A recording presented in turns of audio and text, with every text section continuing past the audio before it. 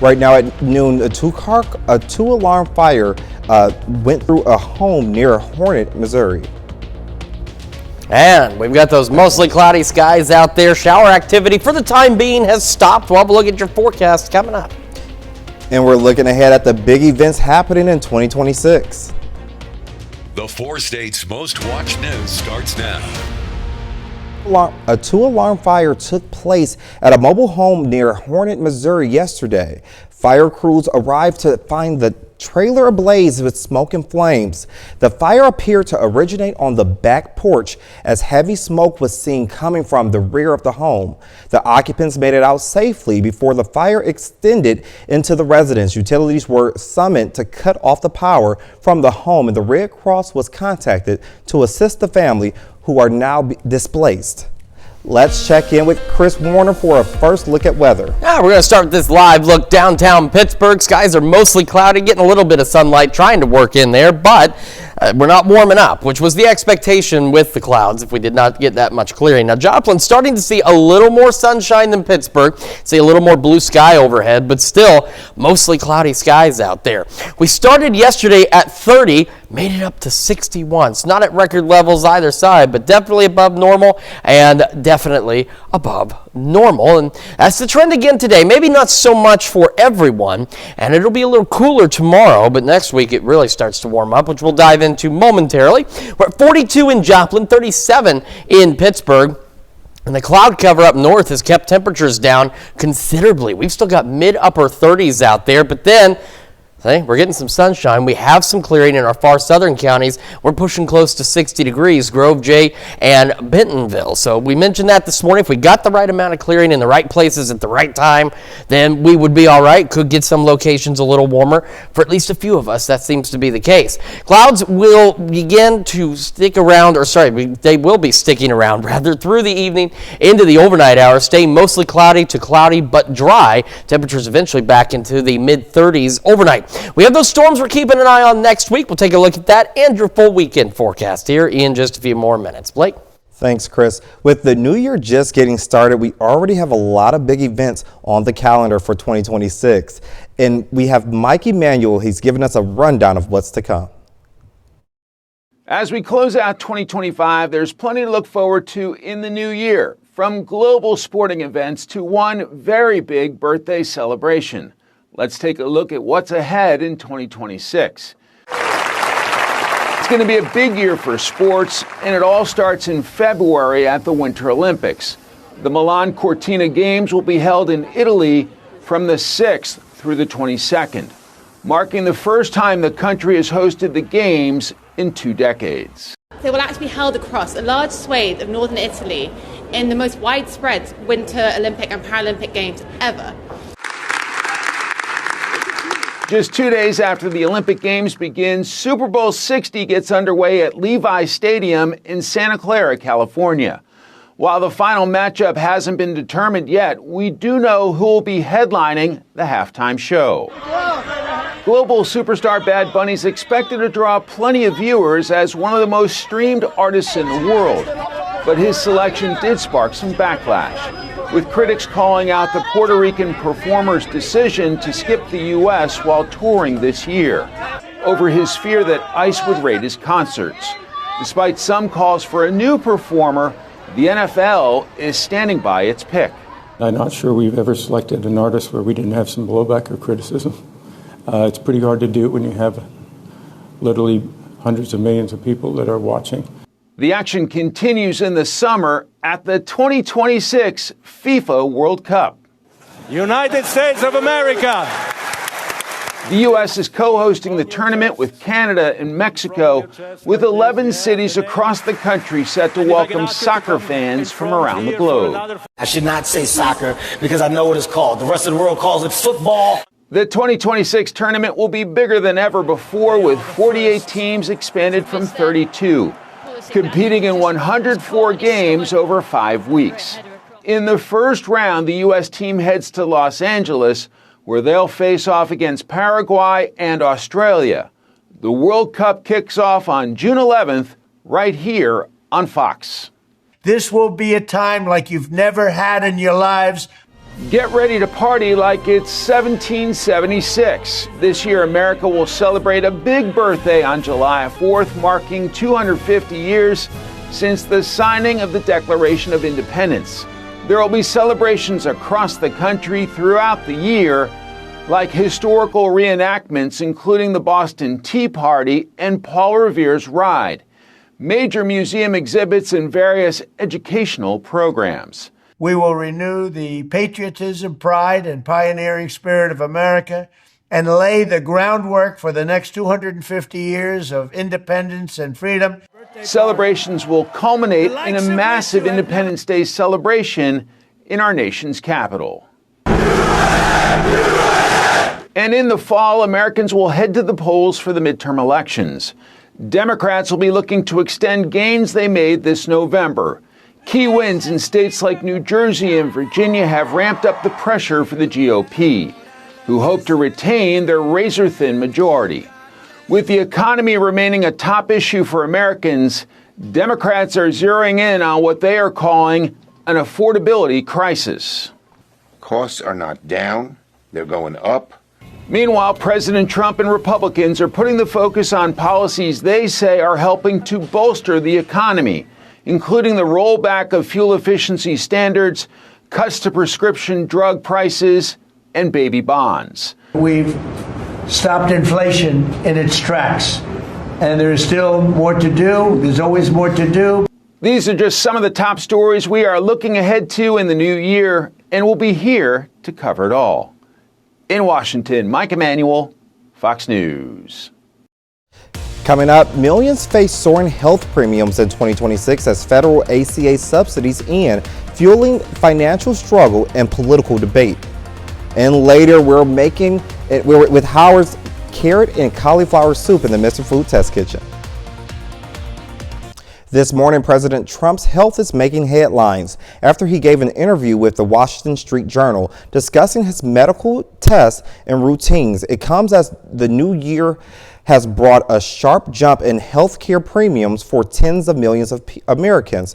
With the Affordable Care Act subsidies expiring, House lawmakers are expected to vote on the issue when they return this month. CBS News' Camille FZ has more.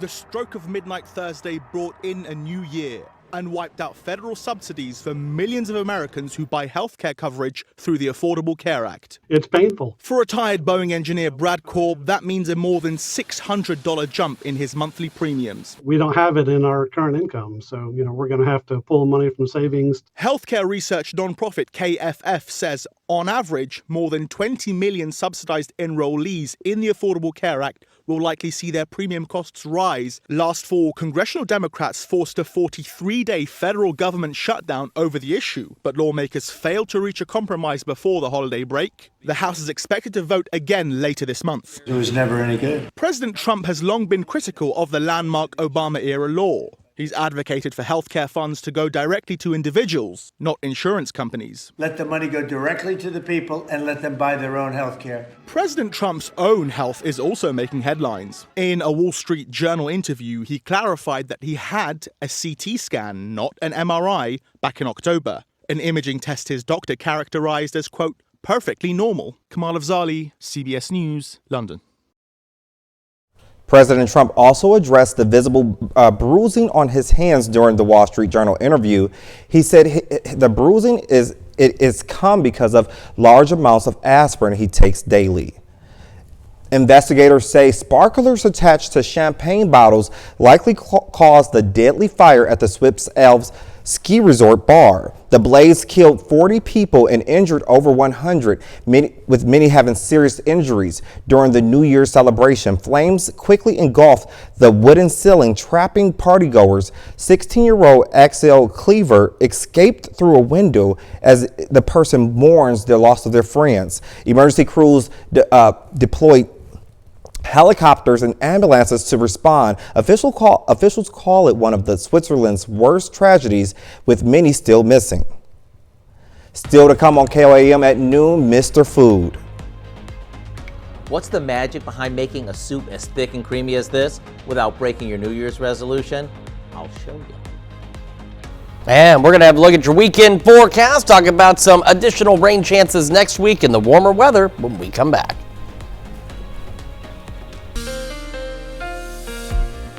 Welcome back to the KOAM News at Noon on this finally Friday here in the 4-state second day of the new year. And it has been a bit cloudy, a few isolated showers out there early this morning, mainly in our southern counties. But now where those showers were, skies clearing, they're getting a little warmer. While the rest of us look like how it's looking in downtown Pittsburgh right now with those mostly cloudy skies, and that has kept temperatures down across the northern half of our area.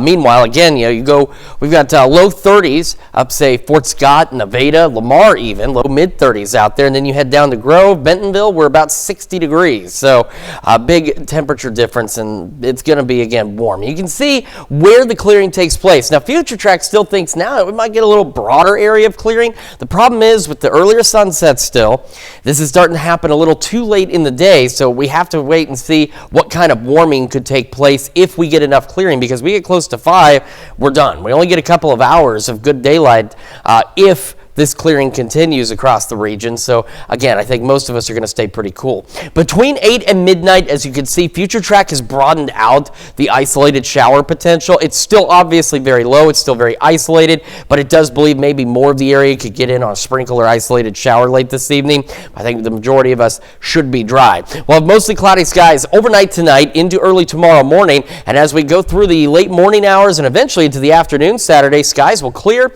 and things are looking pretty good for us. And we go into Sunday, and by Sunday, clouds begin to return. However, we go from that northerly breeze on Saturday, it starts transitioning into a southerly breeze on Sunday. So even though we get the clouds and it looks like it wants to rain, because that's, you'll see the clouds, it's going to be, oh, hey, could get a shower. It's not likely at this point. We're not expecting any precipitation with this, but we will start to see temperatures warming across the area, which will then set the stage for additional warming rolling into next week. So again, most of us today, I think into the low 50s. As we discussed this morning, down south, you're getting a little more clearing. Low 60s, not out of the question. Northeast winds about 5 to 10.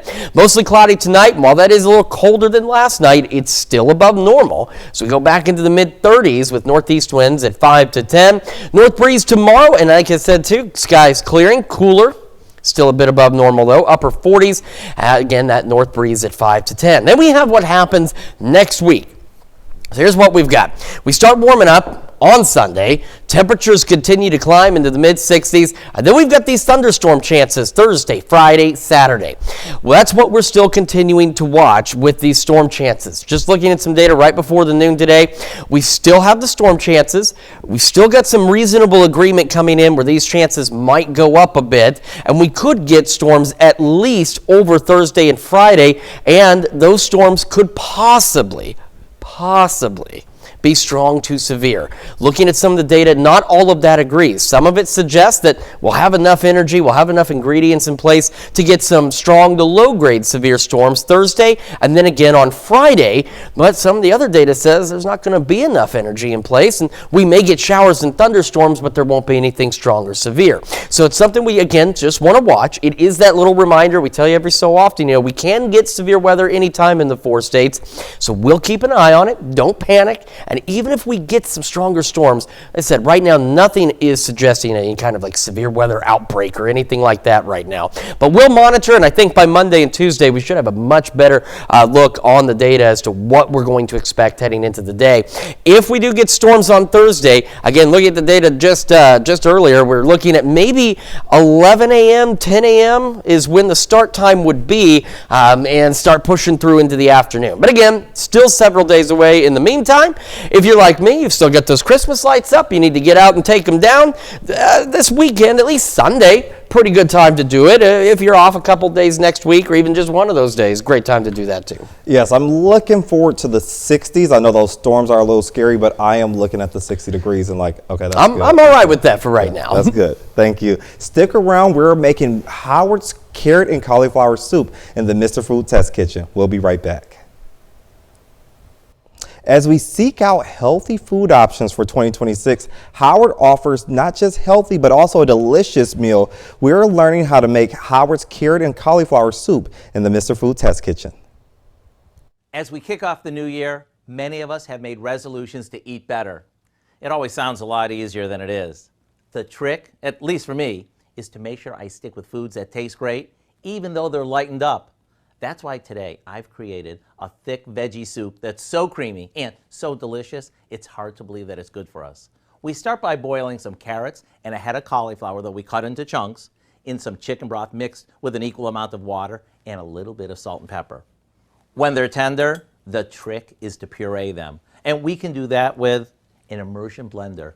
And for those of you who might not be familiar with this, I'll explain. It's basically a stick blender that is great for soups and sauces because you can use it right in the pot that you're cooking in.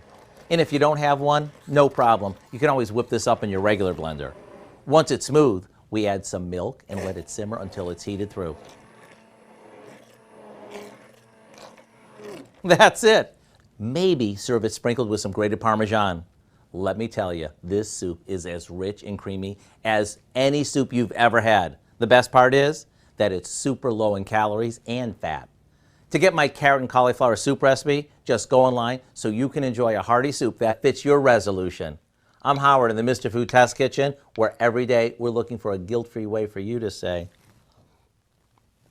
ooh, it's so good. You can find this recipe along with a lot more good food from the Mr. Food Test Kitchen online. Just go to our website, KOAMnewsnow.com. Now here's a look at the 4 state market prices. All right, again, most of us low 50s today, some low 60s down south, though, not out of the question. A couple isolated showers still possible between about 8 and midnight tonight. A little cooler tomorrow, upper 40s, mid 50s Sunday, warming up next week, and of course still watching those thunderstorm chances as we get close to the end of next week. Yes, and coming up tonight at 5, if you rang in the new year with a kiss, you took part in a tradition millions of years in the making. Scientists now say the origins of kissing go back much further than most people think. Plus, Oklahoma's clean slate law aims to clear many criminal records automatically, what it means for thousands as the law takes effect. And we're celebrating National Science Fiction Day. See how a local comic book shop honors the genre and what fans can expect and join us for those stories and much more on KOAM News Now at 5. To look forward to. It is a lot to look forward to. And again, I'm going to get out of here to enjoy some of this weather we have today. Yeah. That's the news for now. Thank you for joining us for KOAM News at Noon. Have a great weekend.